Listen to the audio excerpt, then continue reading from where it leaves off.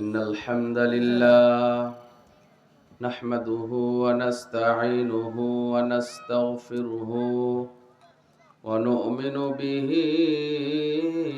ونتوكل عليه ونعوذ بالله من شرور أنفسنا ومن سيئات أعمالنا من يهده الله فلا مضل له ومن يضلل فلا هادي له أي فلا تجد له وليا مرشدا ونشهد أن لا إله إلا الله وحده لا شريك له وأشهد أن سيدنا وسندنا ونبينا وحبيبنا ومولانا محمدا عبد الله ورسوله أرسله بالحق بشيرا ونذيرا وداعيا إلى الله بإذنه وسراجا منيرا عما بعد فقد قال الله تعالى في كلامه المجيد وفي فرقانه الحميد أعوذ بالله من الشيطان الرجيم بسم الله الرحمن الرحيم الله لا إله إلا هو الحي القيوم لا تأخذه سنة ولا نوم له ما في السماوات وما في الأرض آخر الآية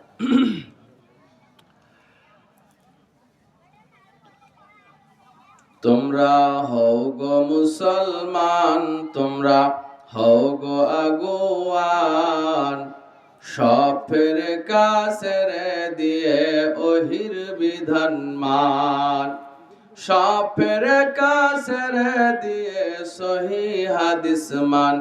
তোমরা হও গো মুসলমান, তোমরা হও গো আগুয়ান, সব ফেরেকা ছেড়ে দিয়ে ওহির বিধান মান।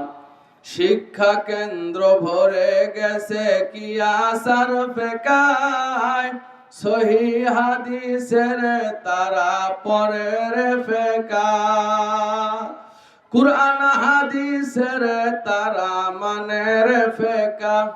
ওদের আনরে ফিরে আন, ওদের আনরে ফিরে আন, সব ফেরেকা ছেড়ে দিয়ে ওহির বিধান মান। তোমরা হও গো মুসলমান, তোমরা হও গো আগুয়ান, সব ফেরেকা ছেড়ে দিয়ে ওহির বিধান মান।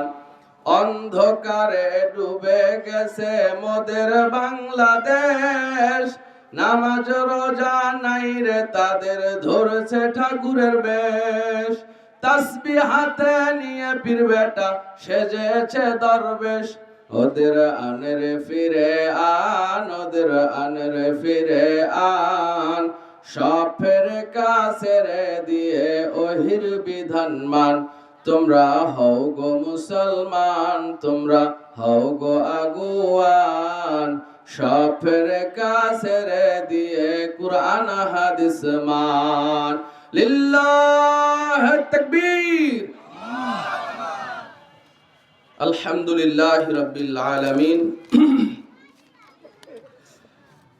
মথুরপাড়া সমাজ কল্যাণ ফাউন্ডেশনের উদ্যোগে আয়োজিত দ্বিতীয় বার্ষিকী বিরাট ওয়াজ মাহফিলের সম্মানিত সুযোগ্য সভাপতি সাহেব, সহসভাপতি সাহেব, মাননীয় পরিচালক, প্রধান অতিথি, প্রধান মেহমান, বরেণ্য অতিথিবৃন্দ, প্রধান আলোচক ব্রাদার রাহুল হোসেন রুহুল ভাই, উনি উপস্থিত হয়েছেন। পড়েন আলহামদুলিল্লাহ।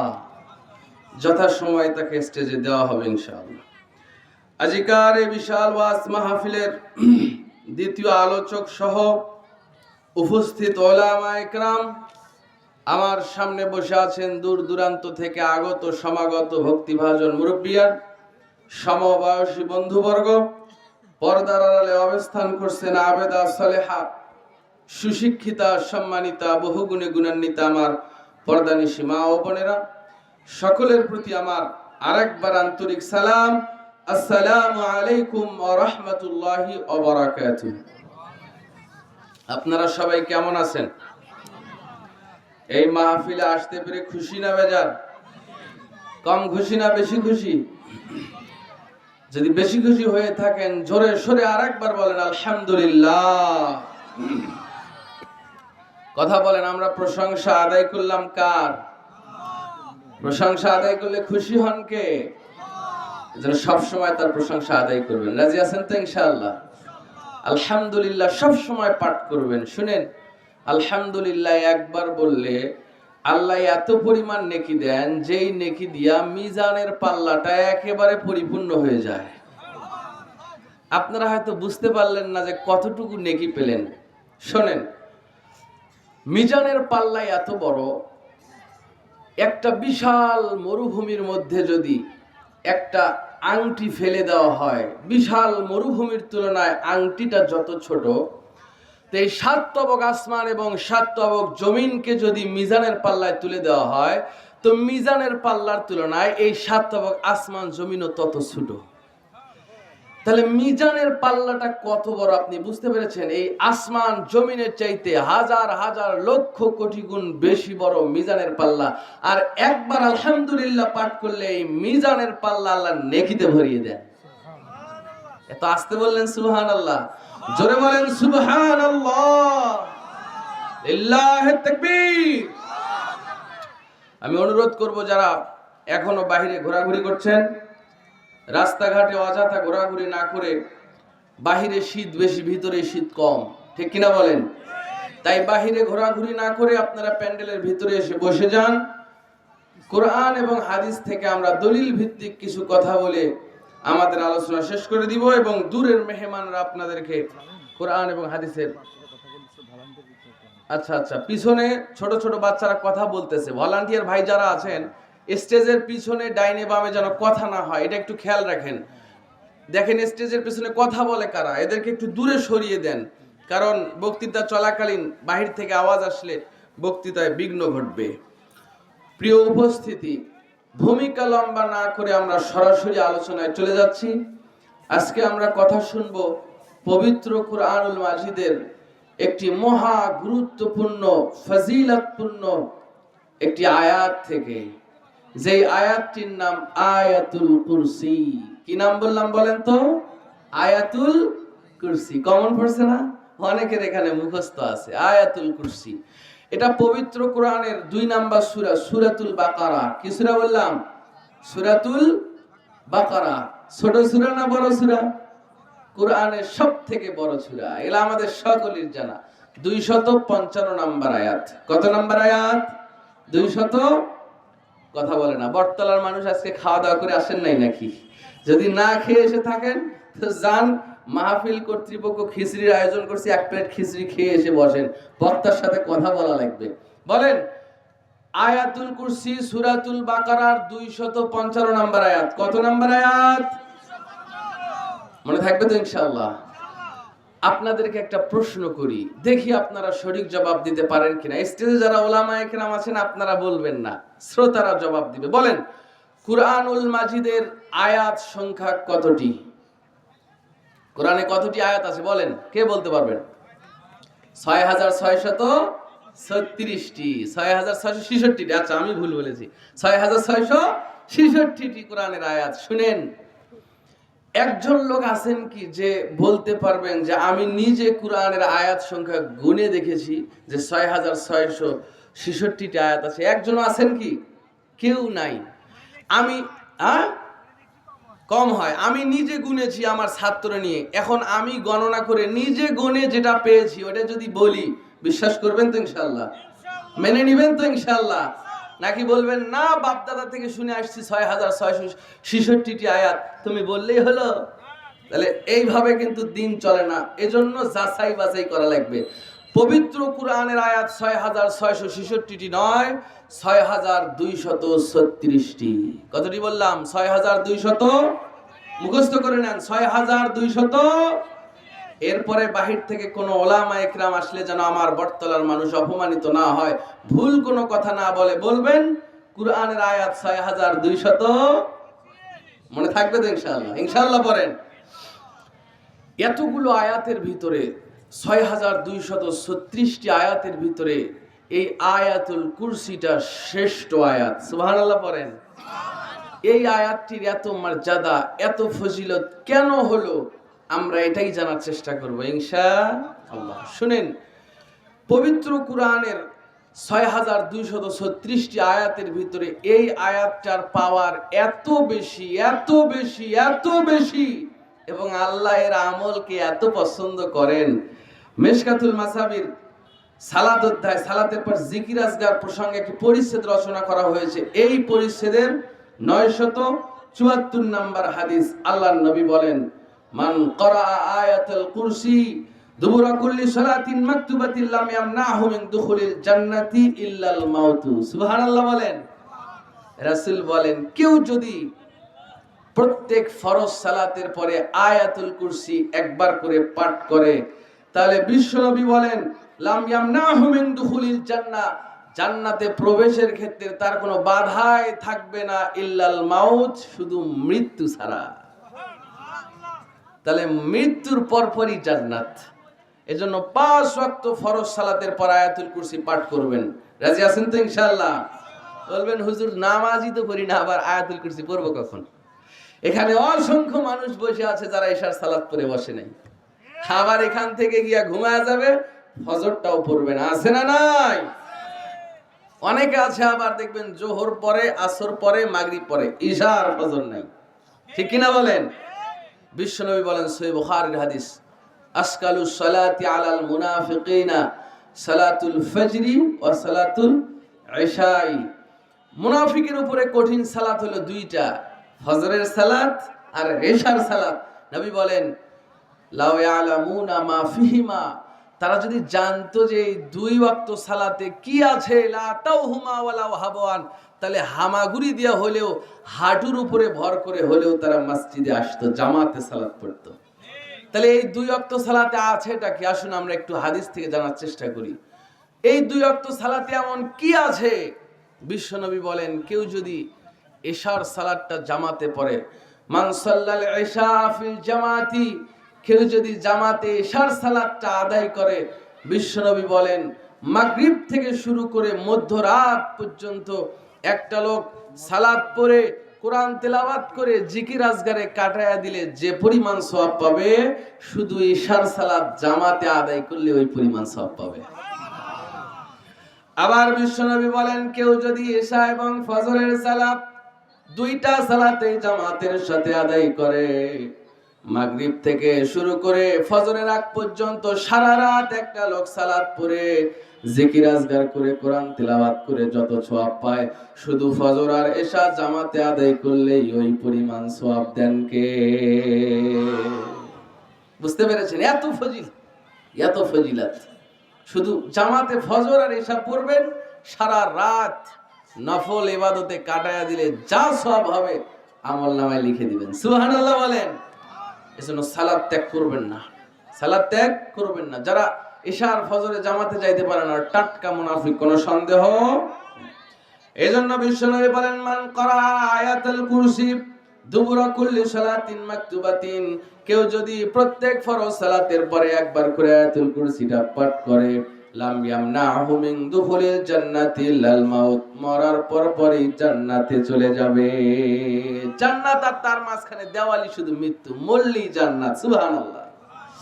শুধু এখানে শেষ নয়, বিশ্বনবী বলেন শোনো, আয়াতুল কুরসির এত পাওয়ার, জিন শয়তান অনেক সময় মানুষকে ডিস্টার্ব দেয় কি দেয় না?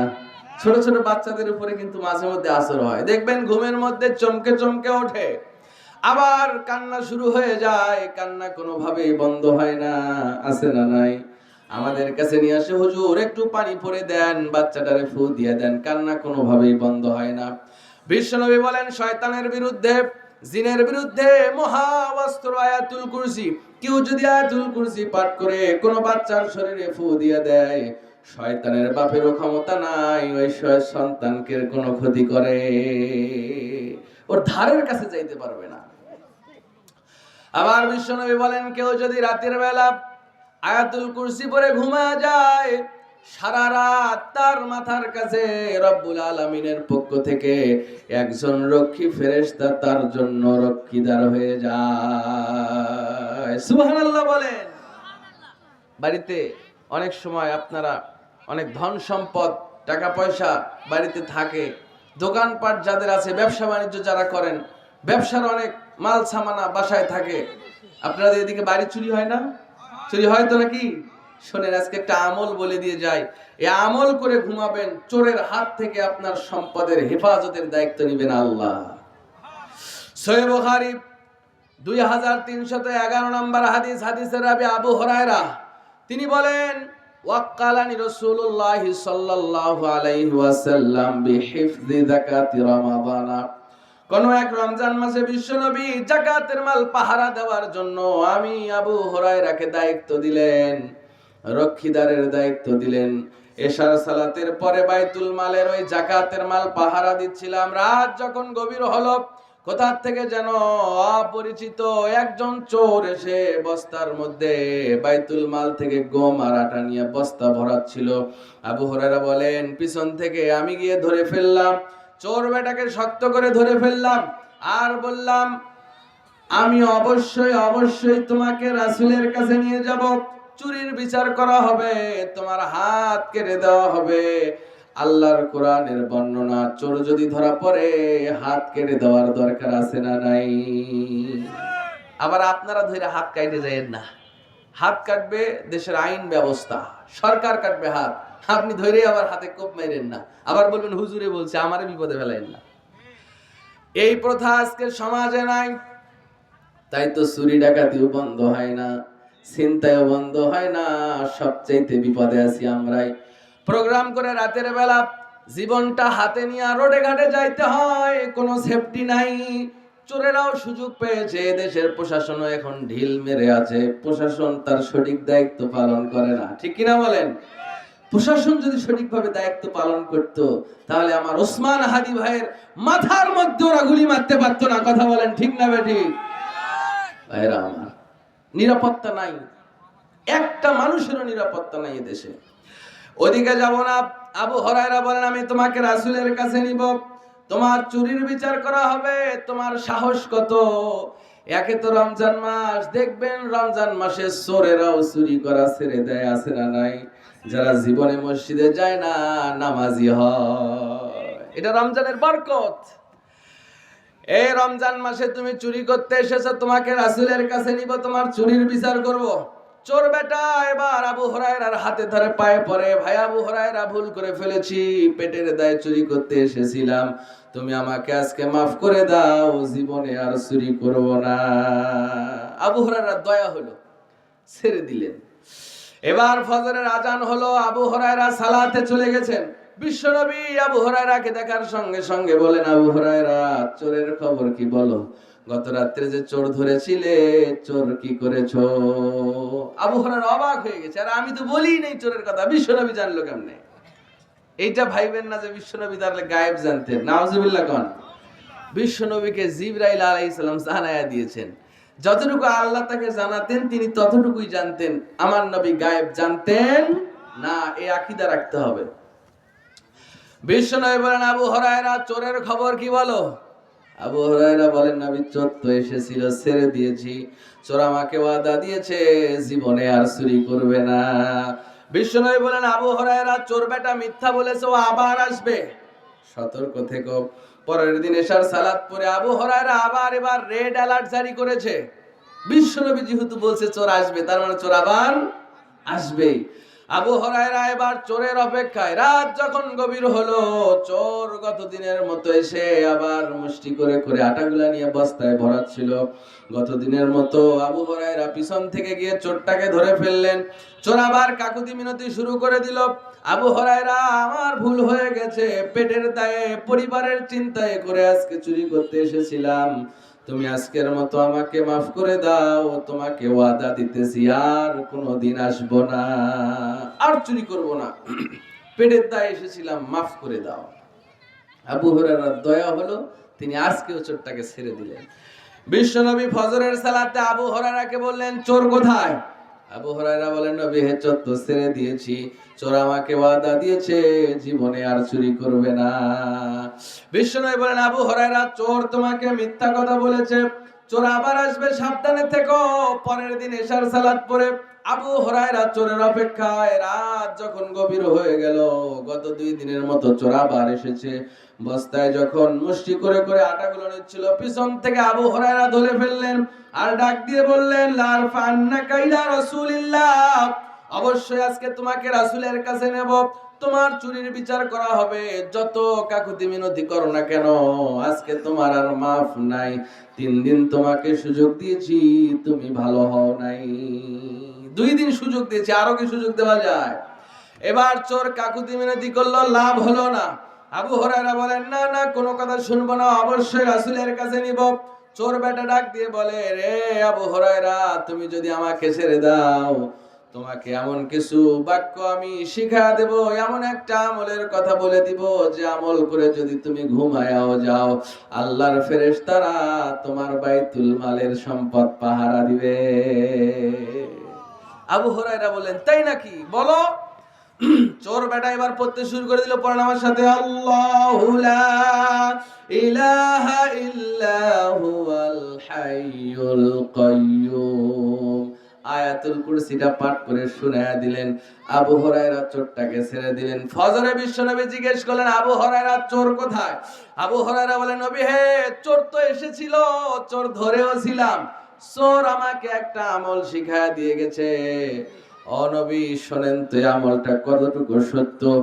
চোর বেটা আমাকে বলল, কেউ যদি আয়াতুল কুরসি পড়ে ঘুমায় যায়, সারা রাত নাকি আল্লাহর ফেরেশতারা সম্পদের পাহারাদার, আর নাকি শয়তান সারা রাত ওই লোকের নিকটে যেতে পারবে না। বিশ্বনবী বললেন, সে সত্য কথাই বলেছে, যদিও সে মিথ্যাবাদী, কিন্তু কথাটা সত্যই বলেছে। কেউ যদি ইশার সালাত পড়ে ঘুমানোর আগ দিয়া আয়াতুল কুরসি পাঠ করে ঘুমায় যায়, ফজর পর্যন্ত তার সম্পদ পাহারা দিবেন আল্লাহর ফেরেশতারা। সুবহানাল্লাহ বলেন। বিশ্বনবী বলেন, আবু হুরায়রা, গত 3 দিন থেকে যে চোর তাড়া করলে তুমি কি জানো সে কে ছিল? সে ছিল শয়তান। কে ছিল বলেন তো? শয়তান। তাহলে এখান থেকে আরেকটা বিষয় বোঝা গেল, শয়তান সব জানতেন। শয়তান মোটামুটি ভালো একজন আলেম ছিলেন, বুঝতে পেরেছেন? তো বেশি জানলেও যে নাস্তিক হয়। বাংলাদেশেরও কিছু আলেম আছে, বক্তৃতা শুনলে মনে হয় বাপরে বাপ, এর মতো এলিম কালাম আর কারো নাই, অথচ নাস্তিকতা দিয়ে পুরো দেহটা ভরা। আছে না নাই? অসংখ্য আছে, অনেক নাম বলতে পারি। শয়তান সব জানে। এ কিন্তু ফেরেশতাদের লিডার ছিল, ফেরেশতাদের সাথে চলতো, কিন্তু শয়তান হয়ে গেল, সে জাহান্নামী হয়ে গেল, কাফের হয়ে গেল। কেন বলেন তো? আদমকে সিজদা করে নাই, তাই একটা হুকুম অমান্য করার কারণে সে ফেরেশতাদের সর্দার থেকে এবার শয়তানের লিডার হয়ে গেছে। আর আমরা দিন রাতে কয়টা হুকুম অমান্য করি বলেন? ফজরে আজান হয়, আজান কি শুনতে পান না? দেখবেন 5 ওয়াক্ত সালাতেই কিন্তু আজান হয়, কিন্তু ফজরের আজান শোনার যে একটা মজা আছে, যারা ফজরে উঠে না ওরা এই মজাটা বুঝবে না। দেখবেন ফজরে যদি একটা মসজিদে আজান শুরু হয়, একটার পর পরে যেন মনে হয় চারপাশ থেকে শত শত আজানের আওয়াজ ভেসে আসতেছে। এই শত শত আজানের আওয়াজ একসাথে শোনার যে কি মজা, এটা ফজর যারা পড়ে না এরা টের পাবে না। ভালো লাগে না? ফজরের আজান ভালো লাগে না? নামাজি যারা আজান শোনা মাত্র বিছানায় তারা আর থাকতে পারবে। ফজরে আজান হলো উঠলেন না, জোহরে আজান হলো কাজকর্মে ব্যস্ত, ধান লাগানো আর কাটা নিয়ে ব্যস্ত, আসরের আজান হলো বাজারে গেছেন, মাগরিবের আজান শুনলে গরু গোয়ালে উঠায় সালাতের ওয়াক্ত পার, সালাত পড়ে নাই, এশার সালাত না পড়ে রাত 10টা পর্যন্ত চায়ের দোকানে আড্ডা মেরে আবার ঘুমায় যায়। এমন মানুষ আছে না নাই? অন্য আমলের কথা বাদ হয়ে দিলাম, দিনে রাতে 5 ওয়াক্ত সালাত কে ফরজ করেছেন? কে ফরজ করেছেন? আল্লাহ 5 ওয়াক্ত সালাতকে ফরজ করেছেন। বিশ্বনবী বলেন, কেউ যদি সালাত না পড়ে কেউ যদি আল্লাহর সামনে সেদিন দাঁড়ায়া যায়, দান সাদকা করে লাভ হবে না, যাকাত দিয়া লাভ হবে না, রমজানের সিয়াম পালন করেও লাভ নাই। এমনও সিয়াম পালনকারী বাংলাদেশে আছে, সারা দিন রোজা থাকে অথচ নামাজ পড়ে না। আছে না নাই? তো সারা দিন রোজা থেকে লাভটা হইল কি? রোজা থাকে অথচ নামাজ পড়ে না। আবার নামাজ না পড়ে যারা ঘুমায় যায়, বিশ্বনবী বলেন কিয়ামতের দিন রব্বুল আলামিন সর্বপ্রথম নামাজের হিসাব চাইবেন। নামাজ যদি গৃহীত হয়, কবুল হয়, ফাইন সলুহা সাইরু আমালি, নামাজের পরে অন্য আমলের হিসাব। আর যদি নামাজের হিসাব সঠিক না হয়, অন্য আমলের দিকে তাকানোই হবে না, সরাসরি জাহান্নাম। তাই তো রব্বুল আলামিন বলেন, জাহান্নামীরা যখন জাহান্নামে যাবে, জাহান্নামের ফেরেশতারা ডাক দিয়া বলবে, ও জাহান্নামীরা, মা সালাকাকুম ফি সাকার, কিসে তোমাদেরকে জাহান্নামে নিয়ে আসলো? তারা যে অপরাধের কথা স্বীকার করবে, তার 1 নাম্বার হলো লাম নাকু মিনাল মুসাল্লিন। দুনিয়াতে আজান শুনেছি, নামাজে যাই নাই। নামাজের আজান হয়েছে শীতের ওসিলায়, ল্যাপের মধ্যে গোলালুর মতো গুল হয়, নামাজে যায় না।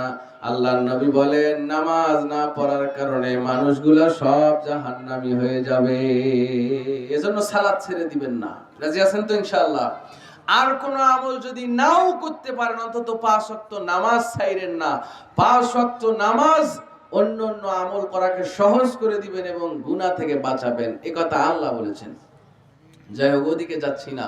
তাহলে বলছিলাম, শয়তান একটা আদেশ অমান্য করার কারণে সে কাফের হয়ে গেছে, জাহান্নামী হয়ে গেছে। আমরা দিন রাতে কত আল্লাহর আদেশ অমান্য করছি, আমাদের অবস্থা কি হবে বলেন? তওবা করে ফিরে আসুন আল্লাহর দিকে, সালাতি হন, রমজানের সিয়াম পালনকারী হন, দান সাদগায় যতটুকু পারেন অংশগ্রহণকারী হন, যতটুকু নেক আমল করতে পারেন আপনার সাধ্য অনুযায়ী করে যান, ইহকালে পরকালে নাজাত পাবেন ইনশাআল্লাহ।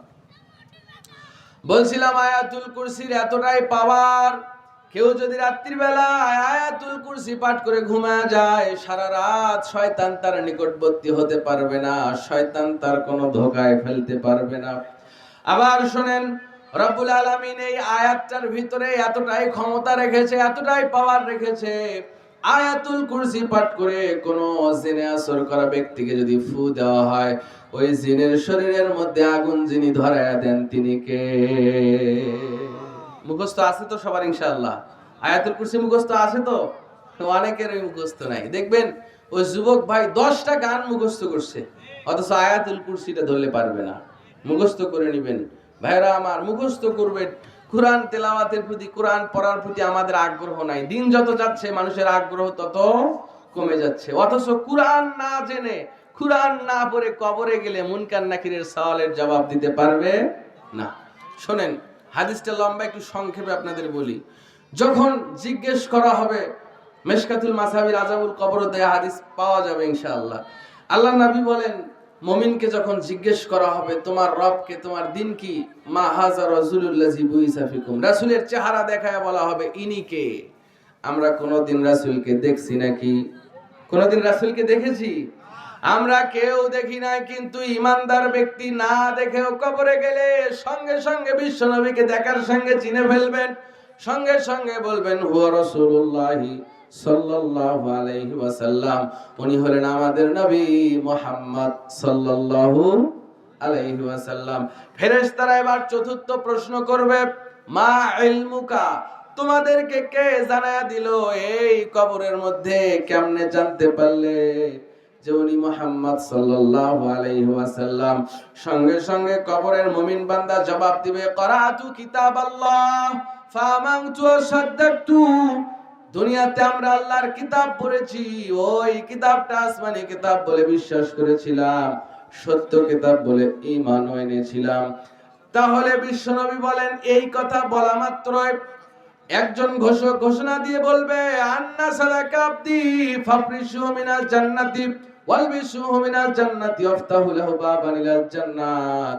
একজন আসমান থেকে ঘোষণা দিয়ে বলবে, আমার বান্দা সত্য বলেছে, বান্দার জন্য জান্নাতি বিছানা বিছায়া দাও, বান্দাকে জান্নাতি পোশাক পরায়া দাও, জান্নাতের দরজা খুলে দাও, জান্নাতি হাওয়া বাতাস কবরে আসতে থাকবে।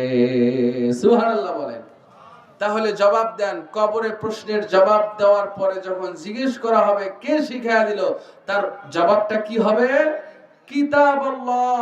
আমরা আল্লাহর কিতাব দুনিয়াতে পড়েছি। সুতরাং দুনিয়াতে যারা আল্লাহর কিতাবের সাথে সম্পর্ক রাখবে না, কিতাব যারা পড়বে না, কুরআন যারা পড়বে না, মুনকার নাকিরের সওয়ালের জবাব দিতে পারবে না। কুরআনের সাথে যাদের সম্পর্ক ভালো, কবরের ফিতনা থেকে আল্লাহ তাদেরকে হেফাজত করবেন এবং কবরের প্রশ্নের উত্তর তাদের সহজ করে দিবেন। দুনিয়াতে থাকতে যতই মুখস্থ করে যান, কবরে লাভ হবে?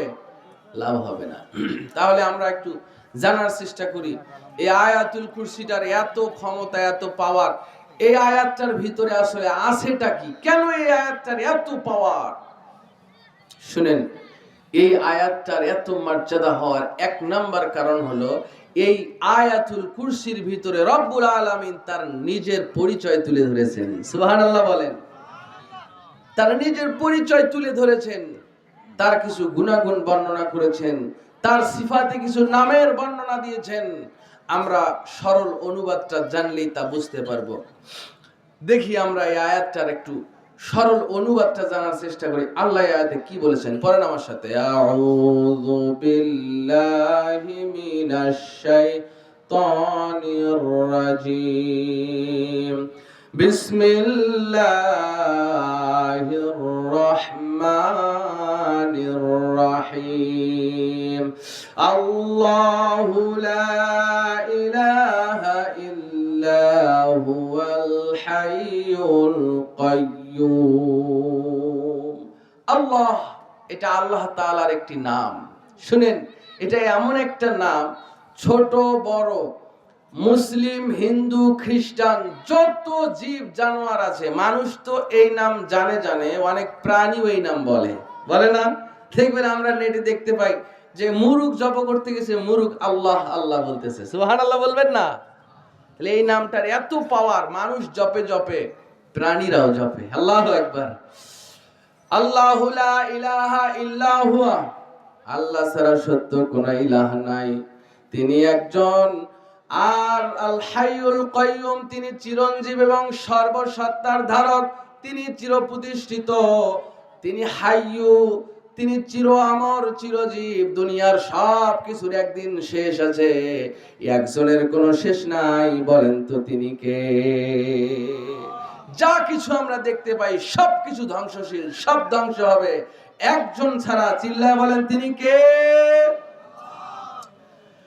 আল্লাহ নিজেই বলেন, কুল্লু মান আলাইহা ফানি ওয়া ইয়াবকা ওয়াজহু রাব্বিকা যুল জালালি ওয়াল ইকরাম ফাবিআইয়ি আলাই রাব্বিকুমা তুকাযযিবান।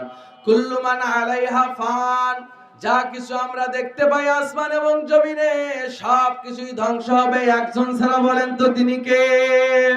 রব্বুল আলামিন আবার বলেন, কুল্লু শাইইন হালিকুন ইল্লা ওয়াজহাহু লাহুল হুকমু ওয়া ইলাইহি তুরজাউন।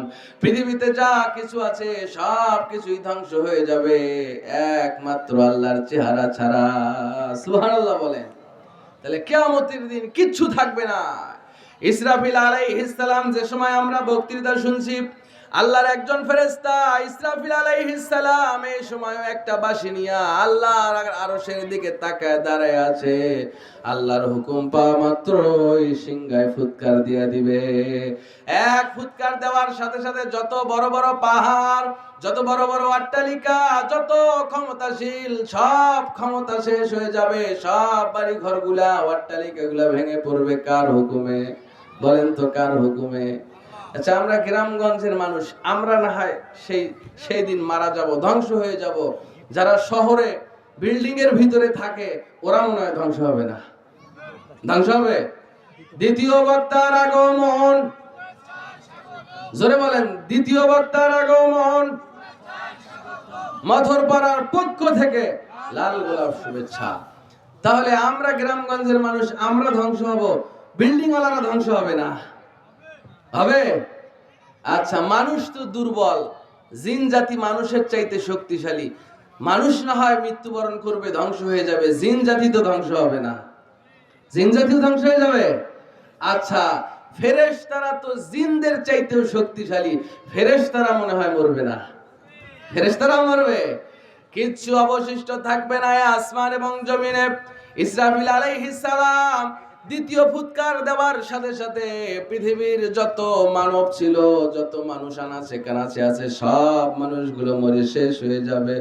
যত জিন জাতি ছিল তারাও শেষ। এবার ফেরেশতারা আসমান জমিনে কত হাজার, কত লক্ষ কোটি ফেরেশতা আছে আমরা কেউ জানি না, সব ফেরেশতারা শেষ হয়ে যাবে। রব্বুল আলামিন এবার মালাকুল মাউতকে জিজ্ঞেস করবে, রে মালাকুল মাউত, আর কে বাকি আছে বল। মালাকুল মাউত বলবে, রব্বুল আলামিন, কোনো মানুষ নাই, কোনো প্রাণী নাই, জিনজাতি নাই, ফেরেশতারা নাই, শুধুমাত্র বাকি আছি আমি এবং আপনি। রব্বুল আলামিন সেদিন মালাকুল মাউতকে ডাক দিয়ে বলবে, তুইও মরে যা, কারণ তোরও থাকার কোনো অধিকার নাই। কারণ যার ভিতরে আমি আল্লাহ জীবন দিয়েছি তাকে আর একটা জিনিস দিয়েছি, বলেন তো সেইটা কি? মৃত্যু। কুল্লু নাফসিন যায়কাতুল মাউত, যার ভিতরে জীবন আছে তার মৃত্যুর স্বাদ গ্রহণ করতে হবে, তুইও মরে যা। এবার মালাকুল মাউত সেই দিন অনুভব করবে মৃত্যুর কষ্টটা কতটা কষ্টের। নিজের জীবন নিজে বের করা চারটিখানি কথা নাকি? এবার মালাকুল মাউত সেও শেষ, কেউ নাই। রব্বুল আলামিন সেই দিন ডাকতে থাকবে, ও পৃথিবীর ক্ষমতাশীলরা কোথায়? যাদের টাকা পয়সার গরম ছিল, যাদের শরীরের রক্তের তেজ ছিল, বংশের গৌরব ছিল, মানুষকে মানুষই মনে করতি না, মানুষের সঙ্গে অন্যায় ভাবে আচরণ করতি, অপমান করতি, অপদস্থ করতি, তোদের ক্ষমতা কোথায়? সেদিন আল্লাহ এইভাবে ডাকতে থাকবে। বটতলার সবচাইতে ক্ষমতাশীলটাও সেই দিন কিন্তু টিকতে পারবে না। টিকতে পারবে?